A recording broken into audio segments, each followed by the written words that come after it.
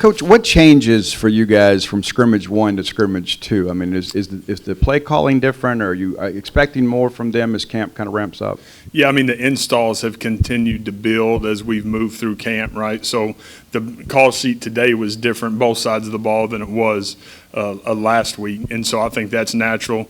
Again, for our guys, we're trying to create some stress for them, make it as hard as we can right now in the moment so that when we get to game plan, man, they're able to dial into that, and it does. It streamlines it, and it makes it easier.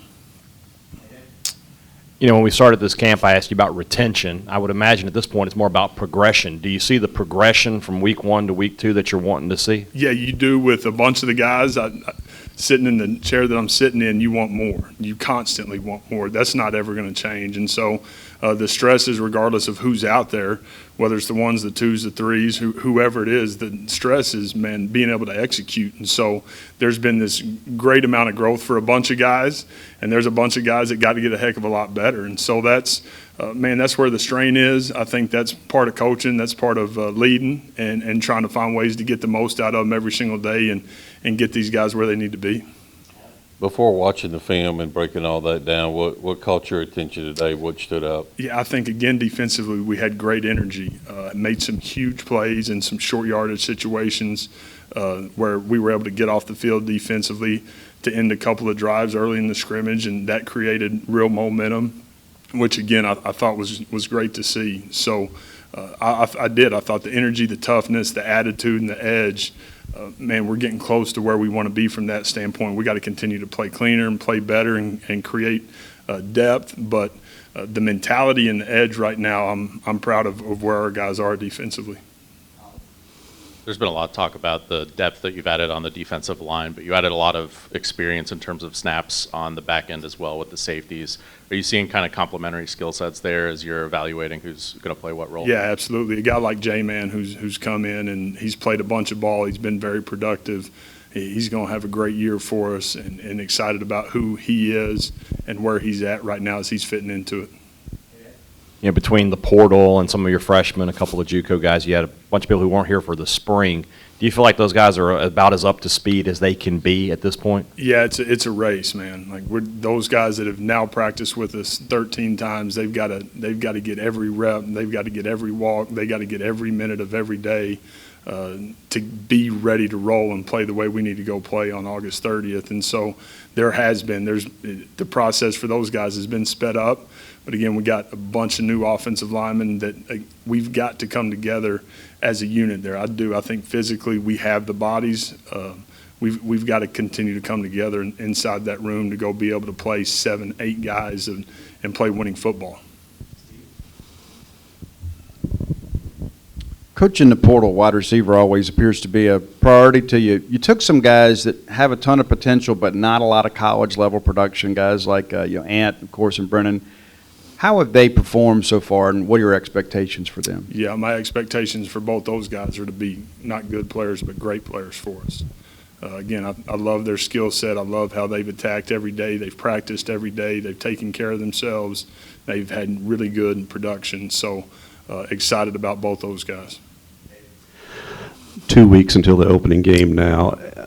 At what point do you start moving from the installation, the cleaning up the installation, to it's time to finalize things and then start working towards the first opponent and, for that matter, the first month of the season? Yeah, tomorrow will really be a day as we're in the office to dial in on depth charts and from a special team standpoint, hey, these are the guys that are going to be on the bus. This is exactly where we're going to end up.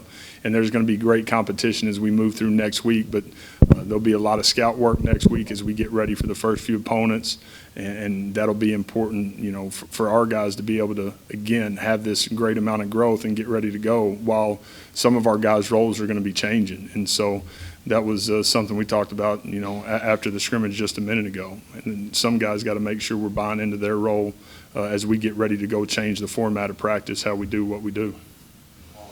Anybody on offense kind of catch your attention today, and how was Blake? Yeah, I mean, Vaughn and Fluff, Colin did some good things. Johnny did some good things. I thought all 4 of those backs really had a pretty solid day and were productive. Blake was solid, took care of the football, and that was good to see. I thought he, from a decision-making standpoint, was in a really good spot. And then the other two guys, with Luke and Camario, both those guys had solid days. And again, it's all about the ball, man, taking care of the rock, and those guys did that today. We had one fumble on an exchange that was an issue, and outside of that, we were much cleaner there, which we needed to be. I asked you last week if any guys on both sides of the line had started to separate themselves, and you said let you get through another scrimmage and Yeah. 2 weeks of camping, and you might name some names. Or are there a couple guys that have kind of separated themselves over there? Yeah, I think on the D-line, when you think about it, whether it's Will Whitson, new guys, right, and Will Whitson and Jure, Jamil, as those new guys have gotten in, they've done a really nice job for us. And you think about Deontay and Bam Bam and Dink and B-Jen and Malik Silla. Malik's the only new one of those guys that I just named, but again, guys that I feel like can go play winning football for us. So, man, at that position, you got to play multiple guys. And I think that's, again, I've said it, that's probably what I'm most excited about, is feeling as if we've got a chance to have maybe 9, 10 guys to go play winning football with. And that's where there's been this great amount of growth. And again, we're not anywhere close to where we need to be, but that's going to give us a chance. Coach, kind of back to the roster composition as you move forward. Every young player comes in here thinking they're going to start and win the Heisman. When you begin to transition from competition role to kind of scout team role, how do you communicate that to the player to continue to get the buy-in from them you need? Yeah, through conversation and meeting with those guys. And again, it's coming from me every single day, man. Everybody on our football team inside that locker room, inside our building, has a role. Buy into that role, embrace the role, and become the best version of yourself you can possibly be. And to me, that's life, and that's the real world. And so if I can get guys to buy into just doing that every day, one, they're going to practice the way we need them to practice. They're going to have great energy and appreciation for their opportunity. And so we're stressing that nonstop, but it's through conversation and time. Related to Steve's question, the first thing you said on signing day last December was you improved the team depth. You repeated that in spring. Can we fully appreciate how much practice has changed this preseason, that you actually have depth to practice with and a viable scout team? Yeah, I mean, again, today we were over 110 snaps, which was really, really good. I'm not certain, but I want to say last year's second scrimmage we were right around 80 to 85. And it was 1,000% because of bodies. And so, again, we're gonna go practice the way we need to practice just to give ourselves, a chance. And that's gonna be big for us.